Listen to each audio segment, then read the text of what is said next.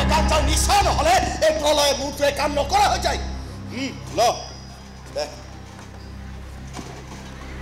আজি ৰায়চৌধুৰীৰ প্ৰাসাদ ইমান ঠাণ্ডা পৰি আছে যে কথাটো কি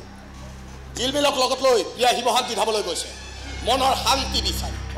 তাৰমানে প্ৰিয়া আকাশ নীল বৰুৱাৰ লগত যোৱা নাই যোৱা তই জিলমিলৰ ওপৰত চকু ৰাখ বাকী মই চম্ভালি আছো বুজিলি নহয় বুজিলো জয় জয় ভোলেনাথ যা যা যা যা যা যা যা যা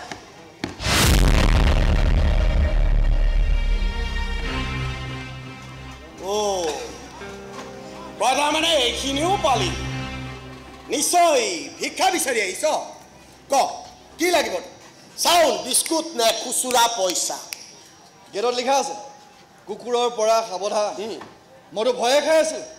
কিন্তু তোক দেখা পাই মনটো ভাল লাগি গৈছে জনাই নাছিলো নহয় ডাঙৰ ডাঙৰ মানুহৰ পোহনীয়া কুকুৰবিলাকে এনেকৈ মানুহৰ দৰে কথাও পাতিব জানে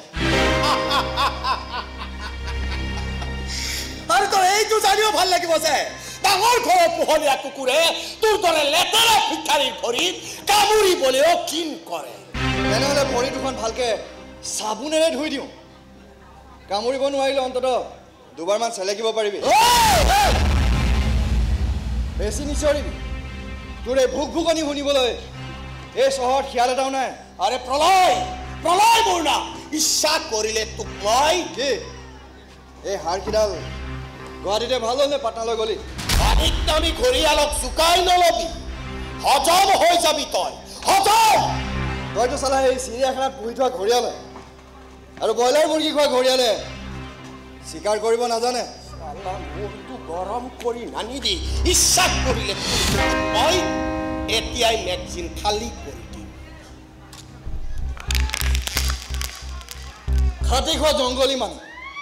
শৰীৰটো একেবাৰে শাল গছৰ দৰে টান হৈ গৈছে য'তে ত'তে কামোৰ মাৰি এই দাঁতখিৰা ভাঙি নলবি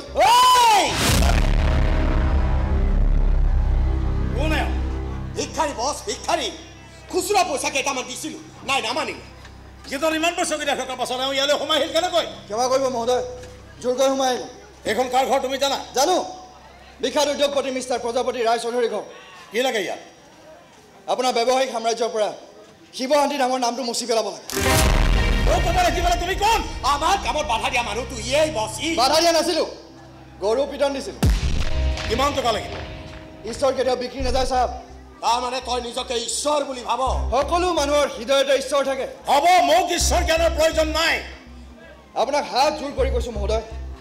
শিৱশান্তি নামক লৈ যি পৰিকল্পনা কৰিছে কোনো কাৰণতে সেই পৰিকল্পনা চেঞ্জ কৰা নহয় সেই মন্দিৰটো আমাৰ পৌৰাণিক ঐতিহ্য এইটো আদিম যুগ নহয় এতিয়া শিলতকৈ টকাৰ মূল্য বেছি তাত থকা শ শ বছৰ পুৰণি হাজাৰ হাজাৰ গছ নষ্ট হৈ যাব থিয় হৈ থকালৈকেহে গছ কাটি বগৰাই দিয়াৰ পাছত সেইবোৰৰ নাম খৰি হৈ পৰে খৰি আৰু সেই অৰণ্যত থকা জীৱ জন্তু চৰাই চিৰিকটি এইবিলাকৰ কি হ'ব কিছুমানক মাৰিবলৈ হ'ব কিছুমান নিজে নিজে মৰিব আৰু কিছুমানক ধৰি বান্ধি ইণ্টাৰনেশ্যনেল মাৰ্কেটত অধিক দামত বিক্ৰী কৰি দিয়া হ'ব অসম্ভৱ সম্ভৱ কৰিবলৈ এই প্ৰলয় আছে বুলডোজাৰ চলাই সকলো পিহি পেলা এই প্ৰলয় অৰণ্যৰ সেউজীয়াৰ বুকুত প্ৰলয় নমাই অশান্তি নানিবি মহাপ্ৰলয় হ'ব তোমাৰ মায়ে তোমাৰ নামটো ৰূপ ৰাখিছিল কাৰণে তুমি কি নিজকে মহাদেৱ বুলি ভাবিবলৈ লৈছা ইয়াৰ মাক দেউতাক নাই বছ মাক দেউতাক নাই ই একেবাৰে ৰুদ্ৰ অৱতাৰ ডাইৰেক্ট কৈলাশৰ পৰা আহি মৰ্ত্যত জন্ম লৈছে তাৰমানে ঝাৰ কাৰোবাৰ পাপৰ আৱৰ্তনা অপৰাধ থাকিলে মোৰ সস্তীয়া দেশ মোৰ জন্মদাতাক অপমান নকৰিব মই সহ্য কৰিব নোৱাৰিম আৰু সকলোৱে জানে মই নন্দেশ্বৰ পুৰোহিতৰ সন্তান ইয়াক নন্দেশ্বৰ পুৰোহিতে জন্ম দিছে বছ নন্দেশ্বৰ পুৰোহিতে জন্ম দিছে গুৱাহাটী মেটাৰনিটি হাস্পাতালত নন্দেশ্বৰ পুৰোহিতৰ নৰ্মেল ডেলিভাৰী হৈ ইয়াৰ জন্ম হৈছে